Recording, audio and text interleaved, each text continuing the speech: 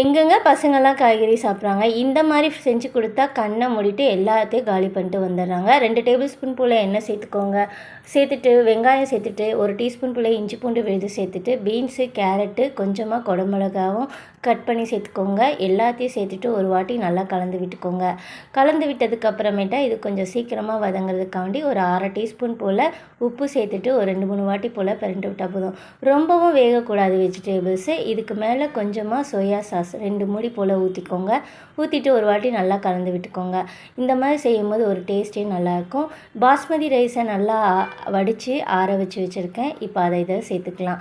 இந்த மாதிரி கொஞ்சம் உதிரி உதிரியாக வடிக்கும் போது அதோட டேஸ்ட்டு ஹோட்டலில் சாப்பிட்ற சுவையிலே இருக்கும். இப்போ நம்ம கட் பண்ணி வச்சுருக்க வெங்காயத்தாலையும் சேர்த்துட்டு மேலே 1 டீஸ்பூன் போல் மிளகுத்தூள் சேர்த்துக்கோங்க. சேர்த்துட்டு நல்லா மிக்ஸ் பண்ணிட்டிங்கனாலே போதும். செம்ம டேஸ்ட்டான ஃப்ரைட் ரைஸ் ரெடி ஆயிரும். காய்கறியும் சாப்பிட்ட மாதிரி ஆச்சு, பசங்களுக்கும் ஹெல்த்தியாச்சு.